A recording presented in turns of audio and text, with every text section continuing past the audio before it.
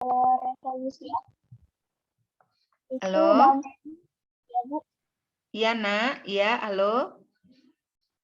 kalau revolusi Amerika dampaknya HAM atau yang liberal Bu?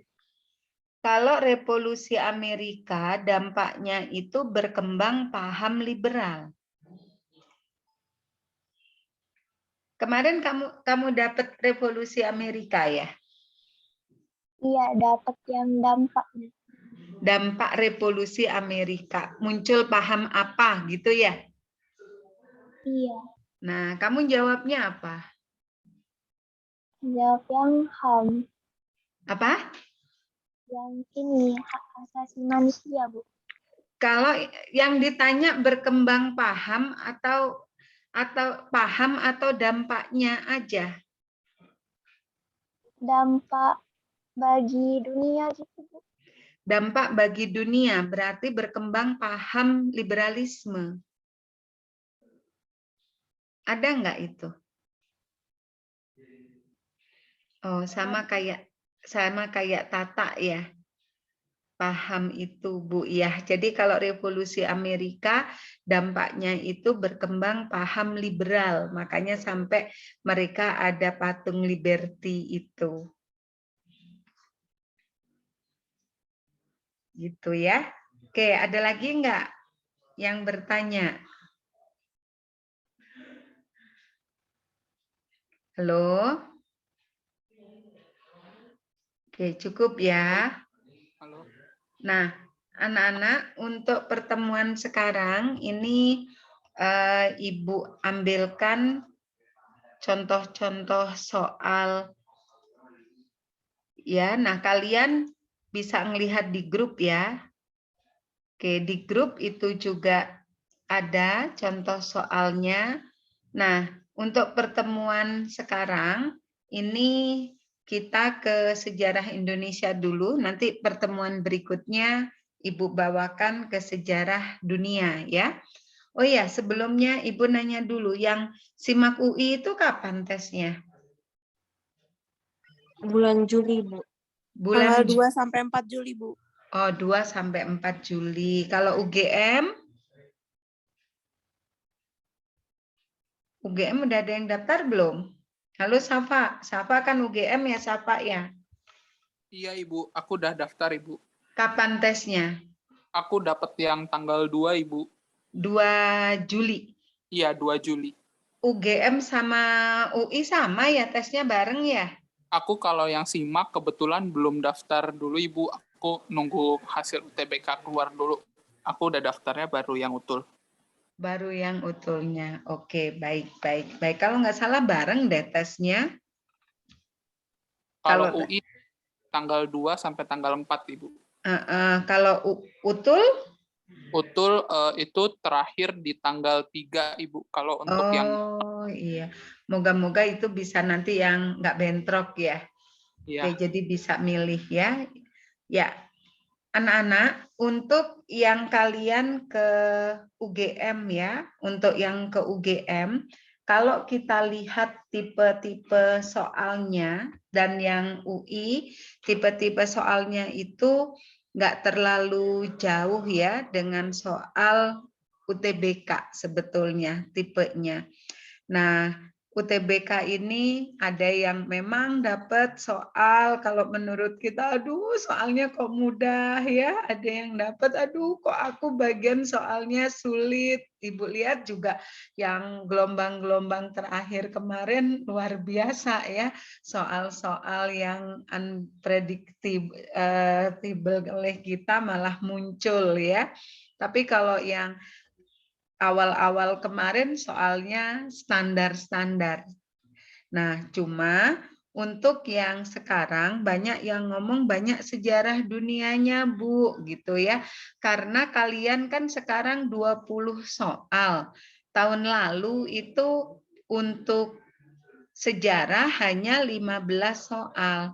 Nah, kalau soal ini jumlahnya 15, nah tahun kemarin itu sejarah dunianya itu paling enggak hanya 6 soal, paling enggak, paling banyak ini 6 soal.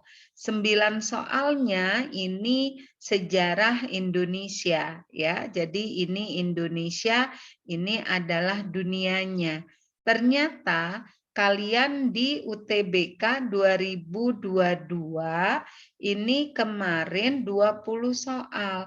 20 soal akibatnya apa? Sejarah dunia itu paling enggak 9 soal ya. 9 ada yang dapat 8 soal. Nah, ini dunianya. Sedangkan sejarah Indonesianya ada yang dapat 10 atau 11 soal. Jadi kalau kita lihat bobotnya sebetulnya masih banyak sejarah Indonesia.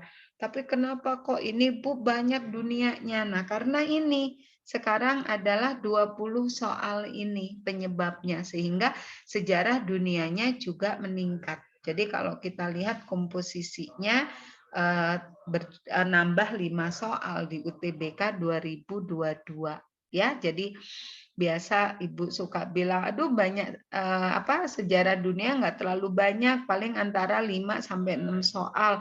Ternyata sekarang sampai 8. Nah, itu karena nambah ini. Nah, bagaimana kalian dengan soal simak gitu ya, dengan soal simak. Nah, soal simak dan soal utul ini tipenya adalah tipe soal dulu yang disebut dengan SBMPTN ya. Tipenya ada 3 variasi soal. Nah, 3 variasi soal. Yang pertama, 3 variasi soal ini soal bentuknya pilihan ganda biasa. Kalau kalian UTBK kan soalnya hanya berkaitan pilihan ganda biasa ya. Tapi kalau disimak dan utul enggak. Selain pilihan ganda biasa, ada pilihan ganda variasi. Pilihan ganda variasi ini yang 1, 2, 3, 4 ya. Satu lagi ada pilihan ganda yang bentuknya adalah sebab dan akibat. Jadi kalian harus familiar dulu dengan 3 tipe soal ini. Biasanya tidak 1 sampai 10 pilihan ganda biasa. Setelah itu 11 sampai 15 pilihan ganda variasi. Berikutnya sebab akibat tidak demikian. 3 tipe ini diacak.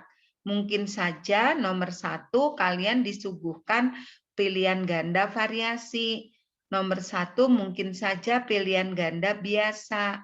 Nomor 2 mungkin saja sebab akibat. Yang jelas tidak berurut. Itu ya. Nah, untuk seleksi utul ini sebentar.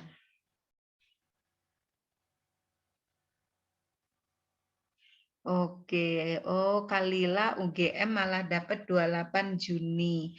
Oke, baik, semoga nggak bentrok kalau demikian ya Kalila ya. Oke, nah untuk yang ini tadi sampai ini ya tipe soalnya ya. Nah, untuk pelaksanaannya, nah pelaksanaan SIMAK UI ya, SIMAK UI itu kalian kan melaksanakan di rumah masing-masing ya, betul enggak? Halo, yang dapat UI, yang sudah Betul, Bu. Betul ya? Iya, Bu, daring. Daring ya, jadi pelaksanaannya kalian di rumah masing-masing. Jadi pelaksanaannya kalian tidak pergi ke Jakarta atau kalian tidak pergi ke satu tempat. Nah ini ya bedanya. Oke, kalau utul UGM, halo Safa, sama ya? Safa ya? Yang di Jakarta Ibu, dia ada pusat-pusatnya. Berarti cuma UI ya, yang Ya. daring ya. Oke. Kalau aku sistemnya sama persis kayak UTBK Ibu. Oke, jadi simak daring. Kalau yang utul ini pelaksanaannya sama dengan UTBK.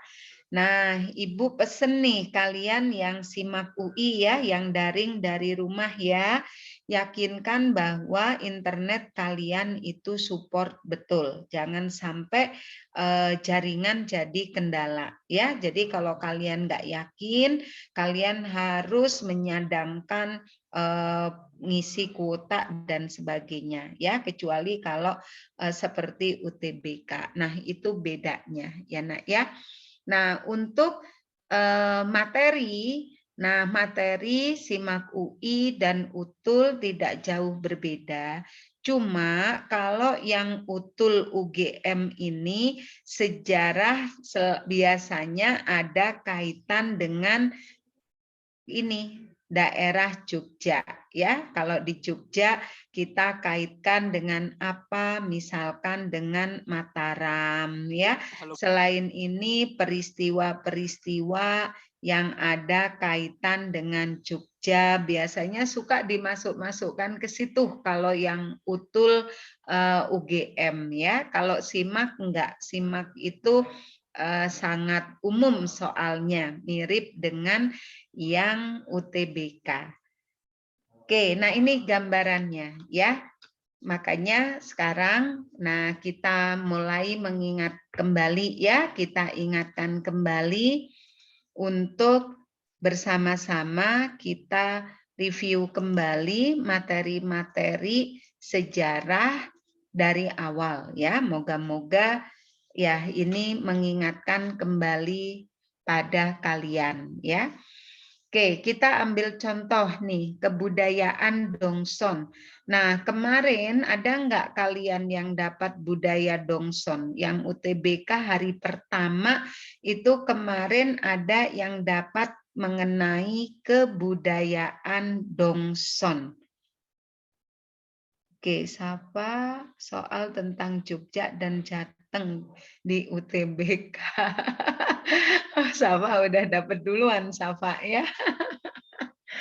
Oke, feeling Ibu kamu jodoh malah di Jogja kalau gitu, Safa ya. Ya, kebudayaan Dongson ini budaya ya, budaya yang berasal dari Vietnam. Nah, ini adalah budaya perunggu. Nah, budaya perunggu hasilnya berupa apa saja? Hasil dari budaya Dongson. Nah, ini pernah muncul di SIMAK UI ya. Yang ditanya di SIMAK UI waktu itu, hasil budaya Dongson bentuknya seperti dandang terbalik. Nah, bentuk seperti dandang terbalik. Nah, ini apa? Siapa yang bisa? Hasil dari budaya Dongson yang bentuknya seperti dandang terbalik. Nah, bentuknya seperti dandang terbalik itu seperti ini. Nah, ini merupakan apa? Nekara ya, betul. Nah, nekara ya. Nah, ini. Jadi hasil yang sangat khas dari budaya perunggu itu nekara. Selain nekara, ada yang dikenal dengan moko ya, moko. Nah, moko itu mirip dengan nekara, tapi dia lebih kecil dan ramping seperti vas bunga ya, itu moko. Selain ini ada kapak corong ya, kapak corong. Selain kapak corong ada candrasa. Apa yang disebut dengan candrasa? Candrasa nama lainnya pedang. Ya, pedang yang panjang. Jadi mirip dengan samurai, tapi tangkainya ada ukiran-ukirannya. Selain ini ada bejana perunggu ya. Nah, ini hasil dari budaya Dongson ya. Kalau kita lihat ya, betul Safa. Ini jawabnya seperti dandang terbalik nekara. Nah, kita lihat nomor 1 ini berarti jawabannya adalah kapak corong ya. Nah, kapak genggam ini nama lainnya adalah kapak perimbas. Nah, ini pernah muncul di utul UGM ya. Ini hasil dari masa yang disebut dengan Paleolitikum, yaitu zaman batu tua. Nah, kebudayaan ini ditemukan di daerah Pacitan, makanya dikenal dengan budaya Pacitan. Oke, berikutnya ada yang disebut kapak Sumatera. Kapak Sumatera ini nama lainnya pebble. Dikenal juga dengan kapak pendek karena tangkainya yang pendek ya. Nah, ini hasil dari masa Mesolitikum atau zaman batu tengah ya, bersama dengan adanya Abris Sausruse dan Kyoken Modinger ya. Nah, kemarin Kyoken Modinger ada di UTBK ya, ada yang dapat tentang Kyoken Modinger. Oke, kapak persegi dan kapak lonjong. Ini hasil dari budaya Neolitikum ya. Budaya Neolitikum atau hasil dari zaman batu baru ya. Oke, untuk soal UI sama utul UGM itu tipenya nggak terlalu banyak ya. Bismillahirrahmanirrahim, moga-moga soalnya nggak terlalu aneh-aneh seperti seperti UTBK ya. Oke, untuk tahun kemarin juga yang muncul soalnya itu berkaitan dengan ya soal-soal standar sebetulnya ya. Oke, ini untuk nomor 1. Ada yang mau ditanyakan nggak? Nah, nomor 2. Manusia purba yang ditemukan di Indonesia sejaman dengan manusia jenis Sinanthropus pekinensis dan merupakan pendukung zaman Paleolitikum, yaitu apa? Nah, ini kemarin ada ya. Kalian ada nggak yang dapat soal nomor 2 ini? Di UTBK? Nggak ada, Bu. Nggak ada ya. Nah, yang gelombang-gelombang awal itu kemarin ada ini yang ditanyakan ya, Sinanthropus pekinensis. Nah, ini manusia purba yang ditemukan di Cina. Ya, jadi manusia purba itu tidak hanya ada di Indonesia. Manusia purba itu ada di Cina, terus ditemukan juga di Afrika, ditemukan juga di Jerman, ditemukan juga di Perancis ya, Homo crocmanum itu ditemukan di Perancis. Nah, di Cina yaitu di Gua Chuoquotin ya. Nah, itu ditemukan Sinanthropus pekinensis ya. Ini manusia Peking ya, ini manusia Peking dari Cina ya, ini ditemukan di Gua Chuoquotin. Sebentar, ini Ibu salah nulisnya. Ditemukan di Gua Chuoquotin. Nah, ini kalau kita lihat sejaman dari manusia apa? Ini sejaman dengan Pithecanthropus erectus ya. Nah, kemiripan ini dilihat dari apa? Salah satunya bisa dilihat dari ciri fisiknya. Ya, dari ciri fisik mereka. Jadi dianggap Sinanthropus kalau di kita itu setara dengan Pithecanthropus erectus, yaitu manusia yang sudah berdiri tegak ya. Jadi cirinya mereka berdiri tegak.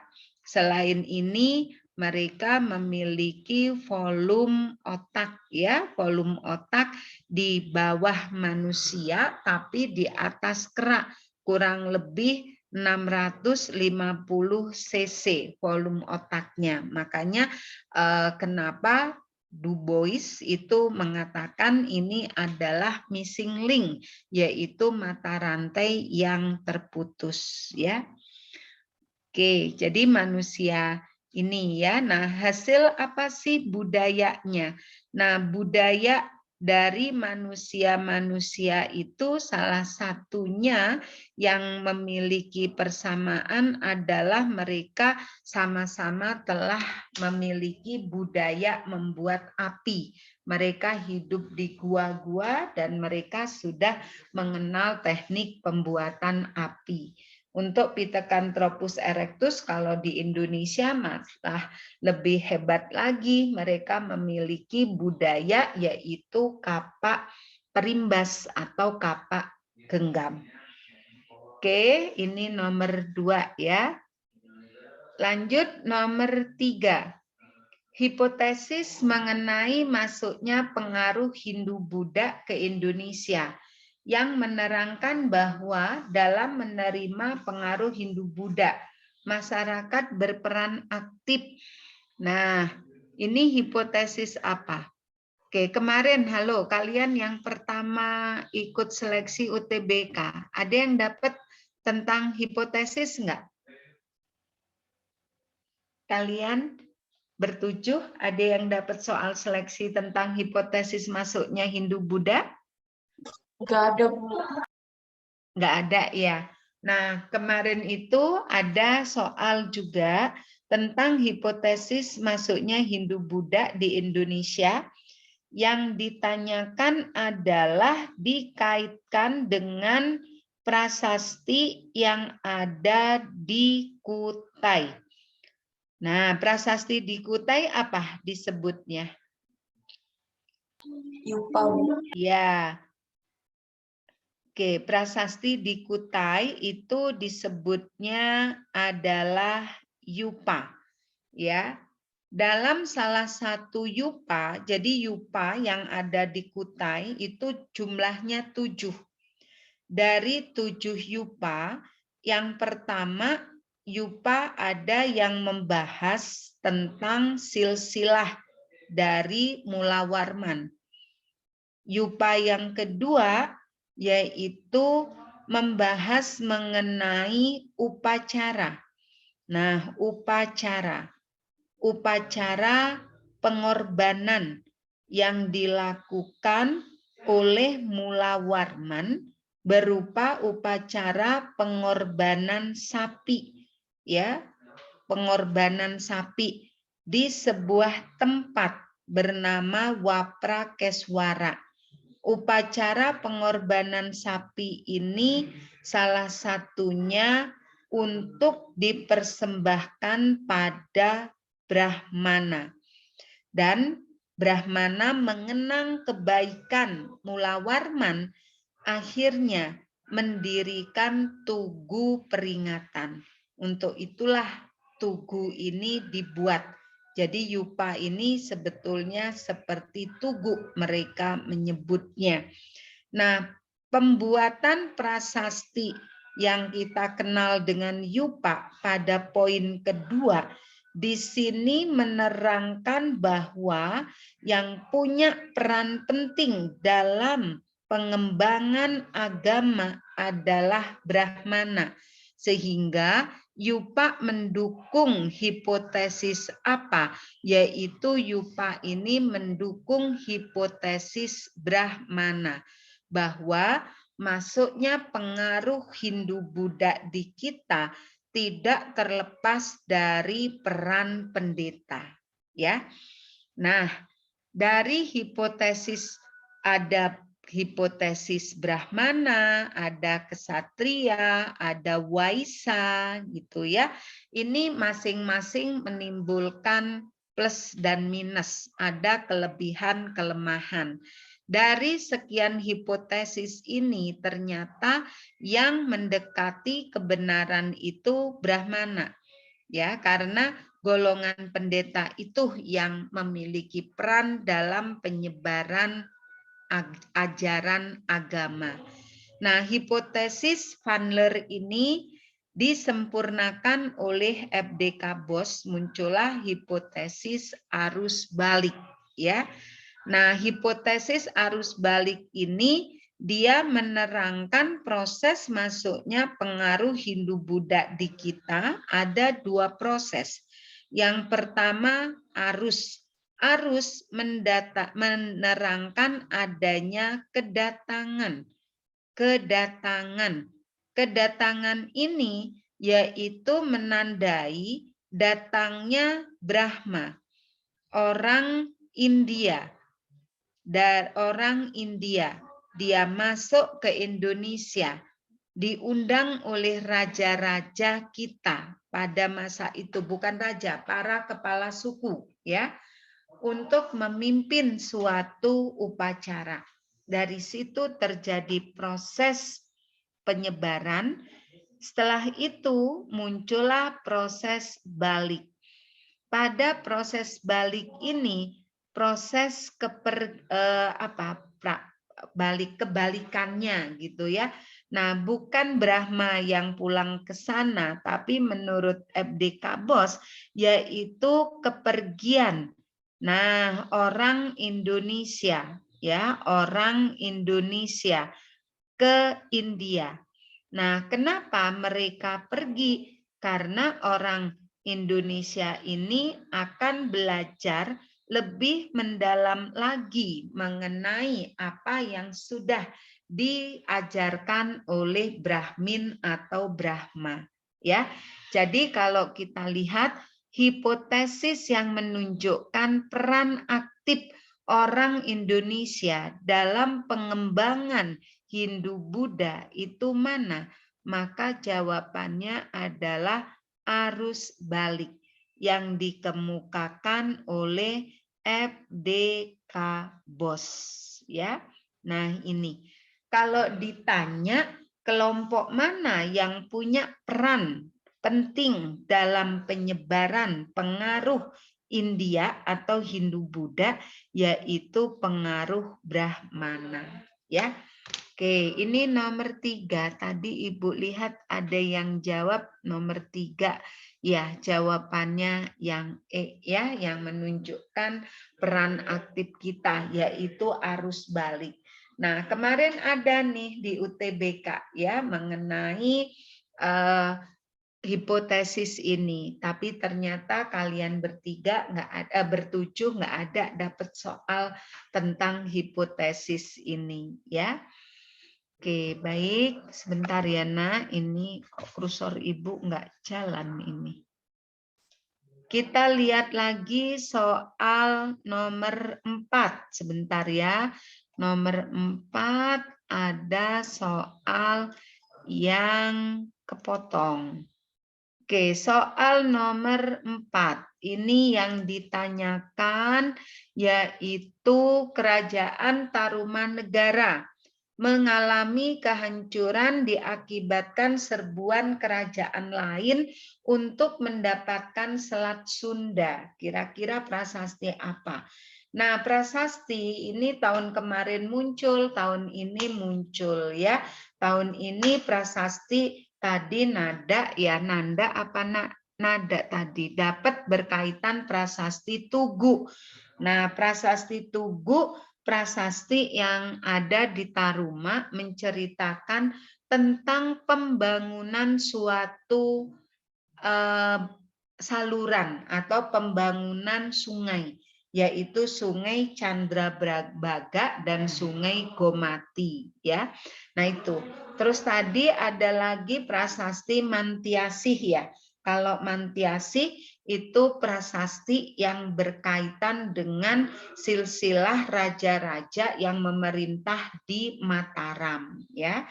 Nah, ini ada prasasti yang lain yang menunjukkan tentang kehancuran Tarumanegara, ya, diserang oleh kerajaan lain.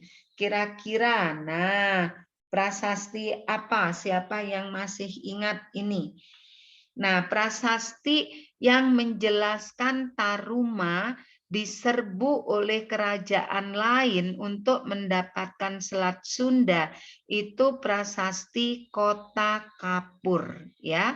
Prasasti yang berangka tahun 686 Masehi.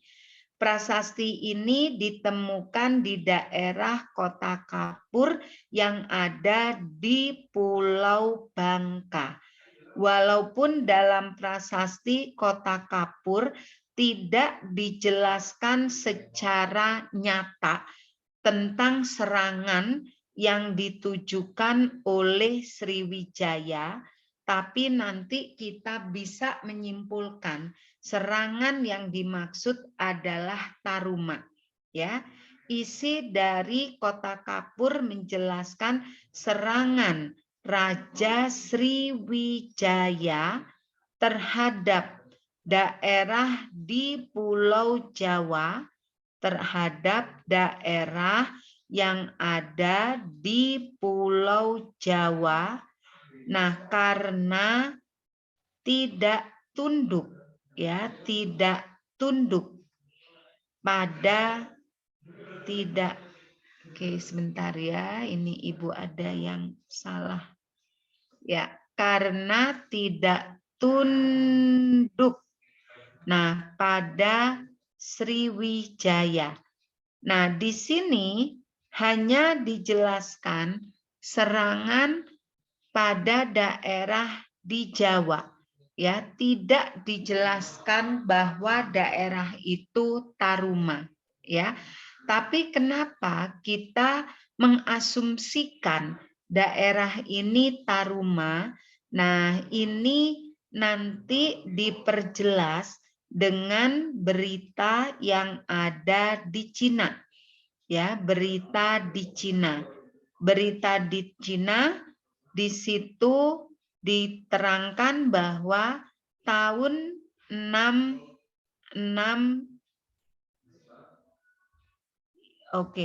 tahun 696 gitu ya, 696. Disinilah Taruma atau Tolomo terakhir. Nah, terakhir mengirim upeti. Ya, terakhir mengirim upeti. Nah, upeti itu pajak.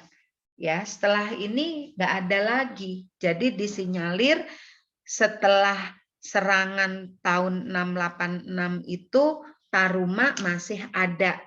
Sempat dia ngirim upeti, tapi setelah itu nggak ada lagi. Jadi dimungkinkan dia akhirnya berada di bawah kekuasaan Sriwijaya. Jadi dia nggak punya kekuasaan sendiri, makanya dia nggak bisa mengirim upeti lagi. Atau dengan kata lain, Taruma itu akhirnya menjadi daerah kekuasaan dari Sriwijaya. Ya, kenapa Sriwijaya mengincar Taruma? Nah, kalau kita lihat Sriwijaya, ya, Kedatuan Sriwijaya itu kan seputaran sini wilayah pusatnya, ya. Ini adalah daerah Palembang. Nah, daerah Palembang ini adalah Pulau Jawa. Nah, dia berkembang pesat karena yang pertama berhasil menaklukkan ini Malaka. Nah, setelah ini otomatis dia juga ingin mendapatkan Selat Sunda, ya, Selat Sunda. Nah, ini jadi ini merupakan sebuah kajian teori, suatu analisa, ya, tentang adanya prasasti Kota Kapur. Jadi memang isinya tidak menjelaskan di Kota Kapur ini Sriwijaya menyerang Taruma untuk mendapatkan Selat Sunda. Jadi ini hasil dari sebuah kajian. Oke, itu nomor 4 ya. Kalau Ciaruten masih ingat ya, Ciaruten ini dia dari Taruma Negara yang menjelaskan tentang adanya Raja Taruma bernama Purnawarman, ya. Kedukan Bukit ini berasal dari Sriwijaya yang menjelaskan mengenai perjalanan seseorang yang bernama Dapunta Selendra. Ya, dia melakukan perjalanan suci dengan membawa 20.000 prajurit. Disebut perjalanan suci. Nah, di sini dia ingin melakukan suatu penaklukan terhadap daerah-daerah sekitar Sriwijaya. Berikutnya Nalanda, ini tentang Sriwijaya, salah satunya membahas mengenai silsilah dari Raja Bala Putra Dewa, ya. Berikutnya kebun kopi, ini menceritakan mengenai seorang raja bernama Purnawarman. Ya, kalau Purnawarman kita tahu berarti Raja Taruma yang diibaratkan sebagai Dewa Wisnu, ya. Nah, ini beberapa prasasti yang ada, ya. Oke, nomor 4. Ada yang mau ditanyakan enggak untuk nomor 4? Lanjut ya.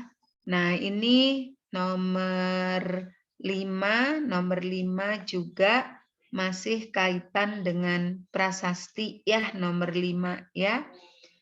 Nah, prasasti ini coba tadi nada gitu ya, Ibu teh lupa tadi yang dapat berkaitan dengan Tata kok nada. Tata ya, Tata. Halo Tata, mana Ya, Tata? Ibu. Nah, kamu tentang prasasti Tugu ya, yang ditanya apanya Tata? Iya, prasasti Tugu berasal dari kerajaan mana, Ibu? Oh, cuma gitu soalnya. Iya. Bukan isinya ya. Kan. Oke, kamu bisa jawabnya.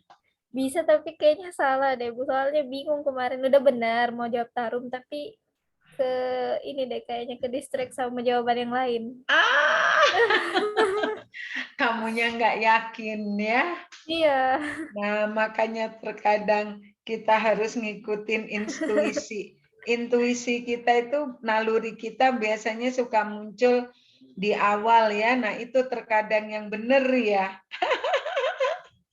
Oke, nggak apa-apa. Bismillah, moga-moga soal yang lainnya benar ya. Oke, mungkin kalian kayak siapa Kalila, Salva kayaknya kok gitu soalnya ya, apalagi siapa Charlie ya, Charlie kok aku munculnya prasastinya yang aneh-aneh gitu ya Charlie. Ada Bu prasasti Ibu. Iya, Safa nggak ada ya Safa ya? Nggak ada Ibu, aku lebih ke arah nggak tahu Ibu, aku pusing Ibu. Aduh, ya Allah, Safa. Nggak apa-apalah, Safa. Yang lainnya bisa menolong nanti ya. Bismillah, Safa. Mungkin jadi gini, Safa. Ada yang dapat sejarahnya seperti mudah, mungkin di ekonominya sulit. Kayak gitu kayaknya. Tapi aku soal yang Ibu bilang Hafiz itu Bu, SBY aku dapat Ibu. Yang apa? Yang soal zaman SBY aku dapat Ibu. Itu Hafiz kan sama kamu gelombang kedua, tahap 2 tesnya. Tapi beda konteks Ibu. Kalau yang Hafiz itu dia ceritakan KTT atau apa gitu ya. Aku pernah nanya ke dia Bu. Beda dapatnya. Kalau aku dapat. Halo ya Bu. Ya. Kalau aku dapatnya dia itu nanyanya badan apa anti teroris yang dibentuk sama SBY Ibu. Apa itu namanya? Aku jawabnya BNPT Ibu. Iya, Badan Nasional Penanggulangan Teroris, betul. Itu. Oke, oh jadi masanya sama tapi beda ini ya, beda apa itu? Beda kebijakan ya? Iya Ibu. Oke, itu kamu bisa, Safa? Pakai intuisi Ibu. Iya, bismillah, moga-moga intuisinya benar ya. Oke, ya. Ini prasasti Taruma menerangkan tentang kesejahteraan. Dari sekian yang menerangkan kesejahteraan, prasasti apa ini? Prasasti Tugu ya. Kenapa kesejahteraan? Karena berkaitan dengan munculnya pembangunan sungai. Kalau di situ disebut dengan saluran. Jadi dia membangun sungai, saluran ya, Candrabaga dan Gomati. Kenapa ini dikaitkan dengan kesejahteraan? Karena sungai digunakan untuk irigasi, digunakan untuk transportasi, sehingga kita bisa menyimpulkan pembangunan pembuatan prasasti Tugu ini untuk mengenang kehebatan Purnawarman dalam memperhatikan kesejahteraan rakyatnya ya. Oke, prasasti Jambu sampai sekarang prasasti ini masih belum dapat dibaca. Kenapa belum dapat dibaca? Salah satunya dikarenakan aksara yang ada di prasasti Jambu ini kurang jelas ya, tulisannya kurang jelas.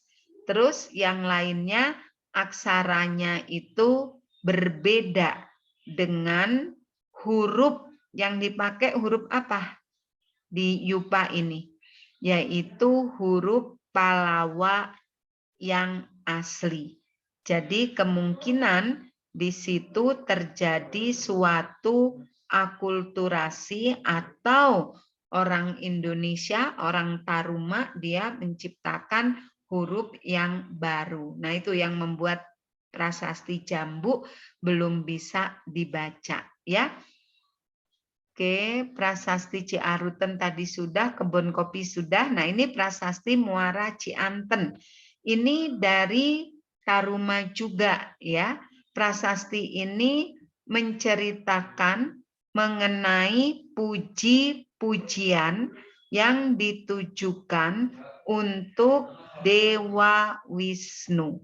Itulah yang mengakibatkan kita menyimpulkan Taruma dia merupakan kerajaan Hindu dengan aliran Wisnu ya, karena sangat memuliakan Dewa Wisnu. Bahkan si Purnawarman ini dianggap dia setara dengan Dewa Wisnu. Oke, lanjut nomor 6. Nah, ini Sriwijaya mencapai masa kejayaan, masa Balaputra. Berdasarkan prasasti Nalanda, raja tersebut keturunan dari salah satu raja yang memerintah di Pulau Jawa dari dinasti mana? Nah, kalian yang mau utul UGM ya. Nah, ini kaitan ini dengan salah satu kerajaan yang ada di seputaran Jogja dan Jawa Tengah. Kerajaan mana yang ada kaitan dengan Balaputra Dewa? Kerajaan Mataram kuno, betul nggak? Kira-kira Mataram kuno dari dinasti mana yang ada kaitan dengan Balaputra? Nah, untuk memudahkan mengingat, dilihat saja Balaputra dari Sriwijaya, dia terkenal dengan agama Buddha. Bahkan masa Balaputra Dewa, dia menjadikan Sriwijaya sebagai pusat pendidikan agama Buddha terbesar di Asia Tenggara. Nah, jadi tinggal kalian hubungkan ya, tinggal kalian hubungkan dari sekian dinasti yang ada di Mataram kuno, itu kan dinastinya hanya Sailendra dan Sanjaya. Mana kira-kira yang agamanya adalah agama Buddha, yaitu Sailendra ya. Jadi berasal dari mana Balaputra Dewa? Dari Sailendra. Balaputra Dewa ini ternyata anak dari Samaratungga. Ya, Samaratungga. Kalau pada prasasti Nalanda, Samaratungga itu dikenal dengan Samaragrawira, ya. Jadi nama lain Samaratungga adalah Samaragrawira yang disebutkan di prasasti Nalanda. Kenapa Balaputra Dewa akhirnya berkuasa di Sriwijaya, padahal dia anak dari Samaratungga yang membangun Candi Borobudur yang akhir-akhir ini trending. Karena untuk naik ke Borobudur sekarang harus membayar 750.000, luar biasa ya. Kalian yang sudah pernah menaiki Borobudur harus bersyukur ya. Kalau dulu masuk Borobudur 50.000, sekarang hanya masuk saja. Kalau naik bayar 750. Salah satu tujuannya untuk melestarikan Borobudur dibangun masa Samaratungga. Kalian bisa bayangkan kurang lebih abad ke-8 ya, 750 Masehi itu dibangun. Kalau terus dinaiki ya bisa ambruk. Jadi upaya kita melestarikan. Makanya nggak semua orang akhirnya sekarang berkesempatan untuk naik ya. Nah, ini kenapa kok sampai Balaputra di Sriwijaya padahal dia gitu ya, ayahnya raja besar nih dari Mataram. Nah, ini bisa kita dapatkan ceritanya dia akhirnya lari ke Sriwijaya. Sriwijaya itu asal usul dari ibunya karena kalah dalam perang ya, kalah perang dengan saudaranya yaitu Pramodawardhani ya. Pramodawardhani dia dibantu suaminya yaitu Rakai Pikatan. Oleh sebab itu si Balaputra dendam, dia selalu ingin menyerbu wilayah Mataram dari Sailendra ya. Nah, itu karena dia merasa sebetulnya saya ada hak terhadap Keraton Mataram kuno. Oke, ini ada beberapa nama dinasti. Nah, yang pertama yaitu Warmadewa. Warmadewa ini dinasti yang ada di Bali. Ya, ini dinasti yang ada di Bali.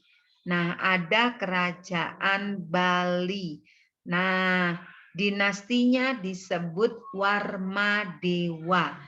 Nah, salah satu raja terkenal dari Warmadewa adalah Udayana. Ya, nah ini ya. Oke, berikutnya Isyana atau Isyana Wangsa. Nah, ini dinasti yang berasal dari kerajaan Medang Kamulan. Ya, Medang Kamulan. Pendirinya yaitu Empu Sendok. Nah, kenapa dia mendirikan dinasti Isyana? Karena dia ingin menyelamatkan Mataram kuno yang mengalami kehancuran akibat Gunung Merapi meletus. Selain ini juga Empu Sindok memindahkan Mataram ke Medang yang ada di Jawa Timur karena ingin menghindari serangan dari Sriwijaya. Ya. Oke, berikutnya ada dinasti Rajasa. Nah, dinasti Rajasa. Dinasti Rajasa ini dinasti ya yang berasal dari kerajaan Majapahit. Nah, ini disebut dengan Rajasa. Salah satunya pendirinya adalah Raden Wijaya. Salah satu raja dari dinasti Rajasa, Raden Wijaya. Selain itu nanti ada Kertajaya, ada Tribuana Tunggadewi, ya, Hayam Wuruk dan sebagainya. Nah, selain Rajasa itu ada dinasti Girindra, ya, dinasti Girindra. Nah, dinasti Girindra ini dari Singasari, ya, dari Singasari. Nah, berarti pendirinya siapa? Yaitu Ken Arok, ya. Oke, ini ada kelewat Sanjaya. Kalau Sanjaya dari Mataram kuno, ya, Sanjaya itu dia yang beragama Hindu. Nah, ini. Oke, untuk yang utul UGM terutama, ya, terkadang utul UGM itu kalau muncul berkaitan kerajaan dia sangat spesifik sekali, ya. Contoh pernah di utul itu muncul dinasti Warma Dewa gitu, ya, berkuasa di mana. Nah, seperti itu. Makanya sama Ibu di sini ditulis istilah-istilah dinasti, ya, untuk mengingatkan kembali. Oke. Halo Ibu. Halo. Halo.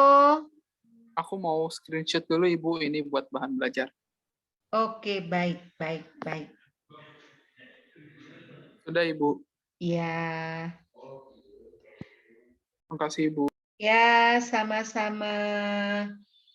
Oke, lanjut ya, kerajaan-kerajaan sudah. Nah, oke, ini mudah lah ya, Rengas Dengklok. Kemarin nggak ada ya yang dapat Rengas Dengklok ya? Ada yang dapat Rengas Dengklok nggak? Nah, nomor 7, ini Safa, ini pernah muncul di utul UGM 4 tahun lalu nih. Latar belakang golongan pemuda membawa Saya Soekarno. kayaknya dapat Bu kemarin. Oke, ini siapa ini? Maitri Bu. Siapa? Maitri. Oh, Raitri, Rakian ya. Nah, Rakian itu nama gelar itu dari Mataram ya. Oke, Iya, Ibu. kamu dapat tentang ini. Wah, hebat. Ibu kemarin nanya, ada enggak tentang ini? Oh, enggak ada ternyata. Kamu tesnya tanggal berapa sih, Raitri? 31 Juni, Bu. Oh, terakhir 31 ya kamu Juni, ya? 31 Mei, sorry. Iya. Iya, 31 Mei ya terakhir. Bisa Raitri jawabnya? Ya, Apa? lumayan. Ini apa jawabannya? Aku waktu itu jawabnya menjauhkan tokoh dari pengaruh Jepang. Iya, betul. Jadi yang B ya. Safa, kamu dapat nggak, Safa? Aduh Ibu, ini kalau aku dapat bersyukur banget Ibu, nggak ada sama Ibu. Ya Allah, berarti yang dapat cuma Raitri aja ya, yang ini ya. Oke. Iya. Jadi ini berarti soal utul dimunculkan di soal UTBK ya. Ini utul 4 tahun lalu ini. Utul 4 tahun lalu. Ternyata yang tanggal 31 Mei itu ada yang dapat ya tentang Rengas Dengklok. Ini kita udah sering banget Safa ya. Kalau dapat soal ini alhamdulillah banget Safa ya. Aduh. Malah nggak dapat Ibu. Doain pas utulnya Ibu. Amin. Ibu doain kamu UTBK lah, Safa. Moga-moga geografi. Jadi ya kata Ibu, kamu sejarahnya rada aneh-aneh. Moga-moga di geografi, di sosiologi, ya. Terus di ekonominya itu lebih mudah. Jadi nggak mungkin dalam satu tes itu anak itu dapat susah semua. Enggak. Aku dapat Mungkin yang sama dengan SSC-nya di sosiologi sama ekonomi, Ibu. nah Geografi itu berarti aneh juga, Bu. yang geografi aneh. Aneh juga Ibu baru-baru. Berarti kamu sejarah Eko sama sosio ya, alhamdulillah itu. Sosio sih anak-anak pada nggak kaget karena kan ibu suka ngelatih ngambil-ngambil kesimpulan gitu ya. Oke, jadi sosio dari tahun ke tahun seperti itu. Nah, kalau sosio kan kalian hanya 9 bab. Kalau sejarah itu kan 20 bab. Maka orang yang membuat soal itu mudah banget buat soal sejarah. Yang tanggal ini dikeluarin ini pasti banyak bedanya antar hari ya, hari tes. Oke, alhamdulillah yang dapat soal ini ya. Jadi benar latar belakang golongan pemuda membawa Soekarno-Hatta ke Rengas Dengklok sebelum kemerdekaan ya. Jadi ini terjadi peristiwa Rengas Dengklok itu di 16 Agustus tahun 1945 ya. Nah, awalnya apa sih yang mengakibatkan mereka muncul gitu ya niat untuk membawa Soekarno-Hatta ke Rengas Dengklok. Nah, karena mereka takut tuh Soekarno-Hatta yang pulang dari Dalat, dia nggak mau memerdekakan Indonesia karena golongan pemuda tahu 15 Agustus 45 ini Jepang sudah mengumumkan menyerah kepada sekutu. Sehingga golongan pemuda dia mengatakan posisi Indonesia vacuum of power, yaitu kekosongan kekuasaan. Jepang sejatinya bukan penjajah lagi bagi kita.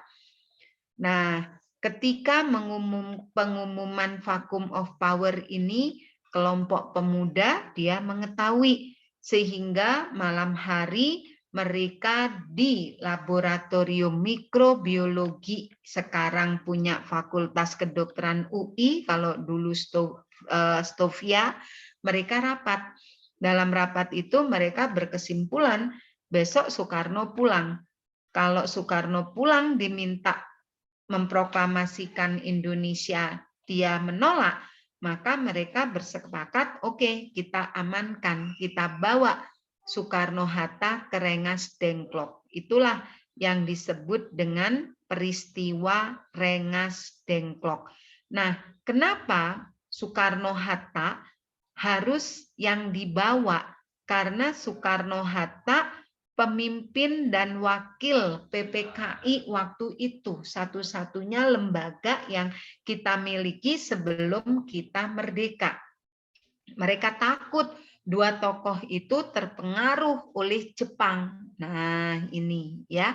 Jadi latar belakangnya karena ketakutan dua tokoh itu terpengaruh. Kalau sampai terpengaruh dia nggak mau memerdekakan Indonesia, golongan pemuda ini takut kalau sekutu keburu masuk ke Indonesia. Kalau sampai sekutu masuk, maka kita nggak vacuum of power lagi. Maka kita pasti akan jadi jajahan sekutu kembali. Nah, itu yang mengakibatkan sehingga muncullah peristiwa Rengas Dengklok.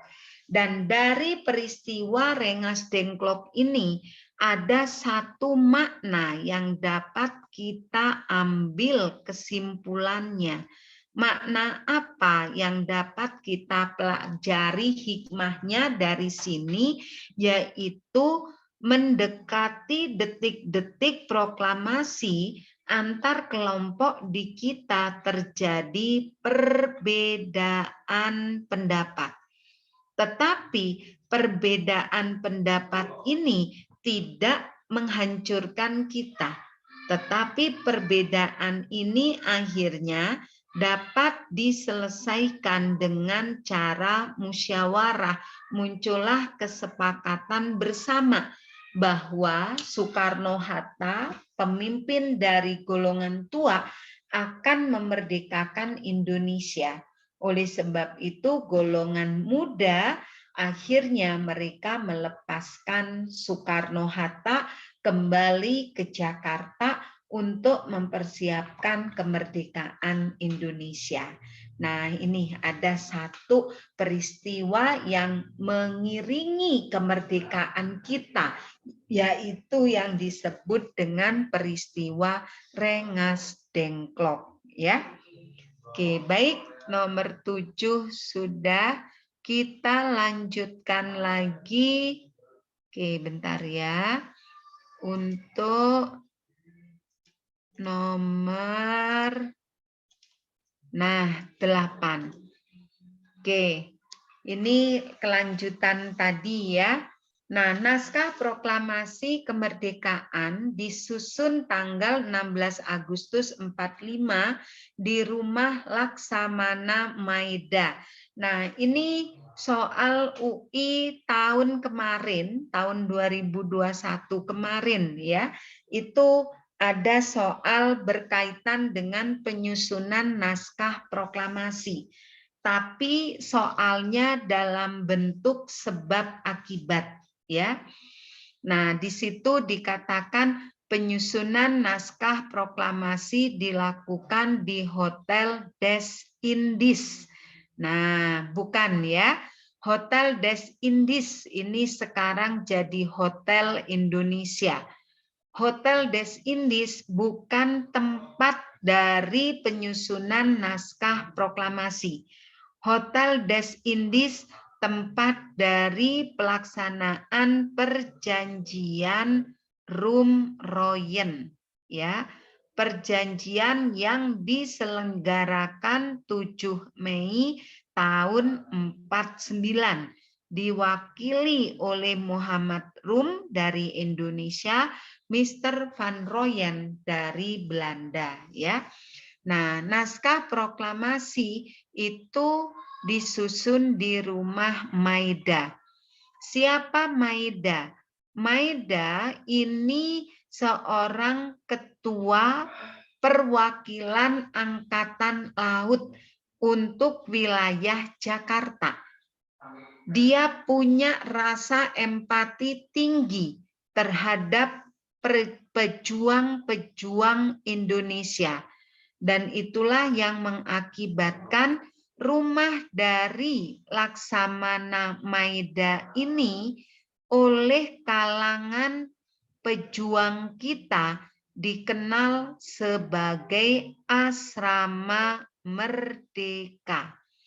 Nah, sebutan Rumah Maeda dengan sebutan Asrama Merdeka ini juga muncul di Simak UI, ya. Jadi di Simak UI berkaitan dengan penyusunan naskah ini beberapa kali muncul, ya. Nah, yang ini dulu ya. Nah, kenapa kok Rumah Maeda disebut sebagai Asrama Merdeka? Karena di Rumah Maeda ini oleh Maeda rumahnya diizinkan untuk tempat bertemunya, ya, tempat bertemu tokoh-tokoh pejuang Indonesia, ya. Dan di Rumah Maeda inilah para tokoh-tokoh kita ini dia membicarakan tentang kemerdekaan Indonesia. Makanya disebut dengan Asrama Merdeka, ya. Oke, berikutnya. Nah, kenapa Rumah Maeda yang dijadikan tempat untuk menyusun naskah proklamasi? Oke, yang mana kira-kira? Ya, ini jawabannya yang B, ya. Kenapa yang kita pilih Rumah Maeda dalam penyusunannya? Bukan yang A, ya. Bukan karena di Rumah Maeda dijadikan asrama merdeka bagi pejuang kita. Tapi Soekarno dia memilih Rumah Maeda untuk menjauhkan kecurigaan dari tentara Jepang. Karena tentara Jepang setelah menyerah, dia diberi tugas untuk menjaga agar Indonesia tetap vacuum of power. tetap kosong kekuasaan di kita ini. Berarti tidak boleh ada yang menggantikan ya penguasa baru setelah Jepang kalah. Atau dengan kata lain kita nggak boleh merdeka. Makanya Jepang diberi tugas untuk menjaga agar tetap vacuum of power. Dan para tokoh kita itu pinter. Kalau disusunnya di orang Jepang, nggak mungkin orang Jepang suuzon pada bangsa Jepang sendiri. Nah, maka akhirnya dipilih di rumah Maeda, dan Maeda memberikan serambi mukanya. Ya, serambi itu ruang depan gitu ya, seperti bali-balinya diberikan untuk digunakan rapat malam itu untuk menyusun naskah proklamasi. Nah, itu alasannya ya. Oke. Nomor 8, ada yang mau ditanyakan nggak? Lanjut nomor 9. Ya, halo. Boleh di ke atasin dikit nggak Bu? Tadi belum di screenshot. Nah, udah. Ini, oke baik. Dah ya. Lanjut. Nah, ini. Nomor 9, ini soal utul. Yo, siapa yang bisa? Salah satu upaya untuk menyebarluaskan naskah proklamasi melalui media massa berkaitan penyebaran naskah proklamasi. Bagaimana caranya? Nah, naskah proklamasi disebarluaskan yang pertama secara lisan, ya, dari mulut ke mulut. Jadi untuk istilahnya menghindari konflik dengan Jepang, maka yang pertama kita gunakan yaitu dengan cara dari mulut ke mulut. Ya, nah, proklamasi ini didengar oleh rakyat pertama itu seputaran Jakarta, ya, terus menyebar sampai ke Jawa Barat, Jawa Tengah, ya, terus sampai ke Jawa Timur, belum sampai keluar Jawa, ya. Jadi baru di tanah Jawa. Selain lisan, melalui media, yaitu radio, ya, radio Jepang digunakan oleh kita untuk mengumandangkan naskah proklamasi, yaitu radio Hoso Kyoku, ya. Kebetulan salah satu di sini pembawa acaranya yaitu orang Indonesia, ya, Adam Malik. Dia memanfaatkan melalui radio ini. Nah, dengan melalui radio inilah akhirnya menyebar ke seluruh Pulau Jawa. Selain ini, melalui poster gitu ya, poster. Jadi melalui poster, tulisan-tulisan ditempel di dinding-dinding gitu ya, di tepi-tepi jalan. Nah, selain ini juga kita melalui media massa. Nah, media massa yang digunakan yaitu media massa apa? Nah, yang B yaitu media massa Cahaya Asia.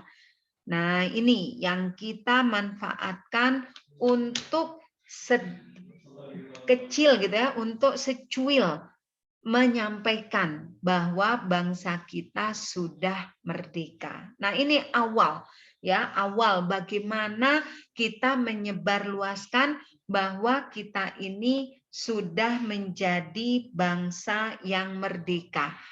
Tentunya sangat hati-hati kita menyebarluaskan. Kenapa? Karena Jepang berusaha untuk menggagalkan proklamasi kita.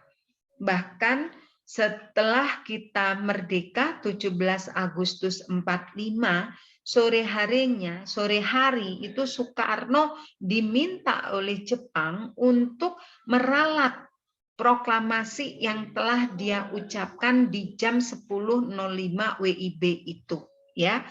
Karena sekutu menekan Jepang, kok bisa kita sampai merdeka gitu ya. Tapi Soekarno tidak mau, karena Soekarno mengatakan saya sekarang sudah sederajat dengan bangsa yang lain. Saya sudah merdeka, saya nggak mau menarik lagi apa yang sudah saya ucapkan, ya. Oke, The Express ini media massa, ya, tapi The Express ini berkembang masa pergerakan nasional. Ini punya Indise Partij, ya. Utusan Hindia ini media massa punya Syarikat Islam.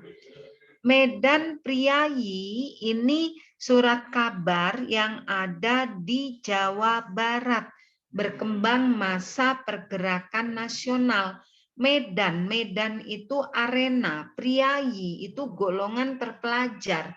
Medan Priayi itu arena golongan terpelajar untuk memperjuangkan kemerdekaan kita. Itu yang dimiliki oleh rakyat Jabar yang sekarang dikenal dengan pikiran rakyat. Bintang Timur ini surat kabar yang ada di Sumatera Barat, ya, selain Sunting Melayu, ya. Nah, ini beberapa peran surat kabar, ya, masa pergerakan nasional dan masa pendudukan Jepang. Oke, terakhir nomor 10.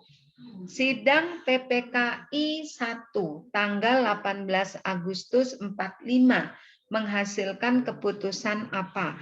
Nah, kemarin di soal UTBK itu yang ditanya BPU PKI, ya. Halo, ya. Boleh tolong ke atas ini, nggak apa Bu? Yang Ini. nomor 9. Iya. Oke. Kasih. Yuk. Nah, kemarin di UTBK itu yang muncul BPU PKI, ya. Ada yang dapat enggak? Ibu maaf Ibu belum ke screenshot tadi. Oke. Nah, ini? Ya udah Bu. Oke. Nah, kemarin di UTBK itu yang muncul BPU PKI. Kalian ada yang dapat BPU PKI enggak? Nah, ada? Oh, enggak ada. Nah, yang BPU PKI itu kemarin yang ditanya kenapa alasan Jepang membubarkan BPU PKI gitu ya. Nah, BPU PKI dibubarkan oleh Jepang, alasan Jepang kamu tugasnya udah selesai gitu ya. Padahal bukan sebetulnya. Jepang sangat kecewa BPU PKI itu terlalu berani dalam mempersiapkan kemerdekaan, makanya dibubarkan. Tapi alasan yang diberikan ke negara kita, ke bangsa kita waktu itu dianggap BPU PKI sudah selesai tugasnya. Dan akhirnya bangsa kita membentuk PPKI. PPKI ini dibentuk pada 6 Agustus tahun 45. Nah, kita membentuk PPKI tujuannya adalah untuk mempersiapkan pembentukan negara Indonesia yang demokrasi. Oleh sebab itu yang mempersiapkan kemerdekaan kita ini PPKI. Nah, PPKI UTBK, SIMAK UI tahun kemarin 2021 kemarin muncul ya, yang ditanya itu sidang PPKI ini. Sidang PPKI yang pertama ini apa sih yang dihasilkan? Sebetulnya ada 3 poin utama. Yang pertama yaitu mengesahkan Undang-Undang Dasar, ya, mengesahkan Undang-Undang Dasar. Yang kedua, mengangkat Soekarno sebagai presiden dan Muhammad Hatta sebagai wakil presiden. Dan yang ketiga, membentuk KNIP, ya, membentuk KNIP yang memiliki tugas untuk membuat GBHN bersama dengan presiden. Nah, ini 3 poin penting yang dihasilkan. Tapi kalau kita lihat di sini kan nggak ada jawaban, ya. Dari A sampai E, jawaban yang benar itu yang D. Kenapa mengesahkan dasar negara? Nah, mengesahkan UUD 45, bagian dari UUD 45 adalah pembukaan. Di dalam pembukaan pada alinea yang keempat, di situ ada rumusan tentang dasar negara, yaitu rumusan Pancasila.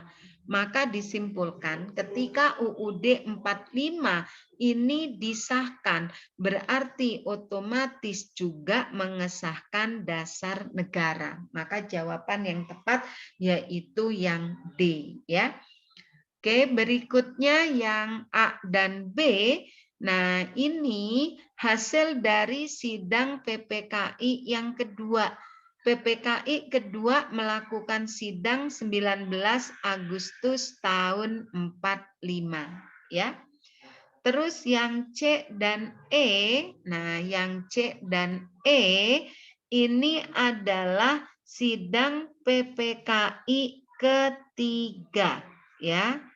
Sidang PPKI ketiga, yaitu pada 22 Agustus tahun 45. Nah, inilah yang dilakukan PPKI dalam mempersiapkan pembentukan negara kita yang demokrasi. Akhirnya setelah merdeka berhasil melakukan sidang ke-1, ke-2, dan ke-3.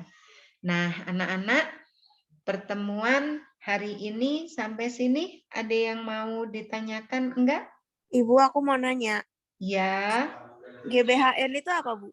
GBHN kepanjangan garis-garis besar haluan negara. GBHN itu dulu sebelum reformasi itu dijadikan pegangan dalam penyelenggaraan pemerintahan oleh presiden, ya.